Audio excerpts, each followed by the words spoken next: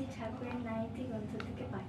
পাতলা মেয়েতে অনেক মেয়েরা স্বর্গদোষে হোক বা অনিয়ন্ত্রণী হইয়া উঠুক, কেমনতর একটা পাতলা চরিত্রে বিনা তুমি বিনা বাজবে কেমন করে আমার হৃদয় বিনা তুমি বিনা।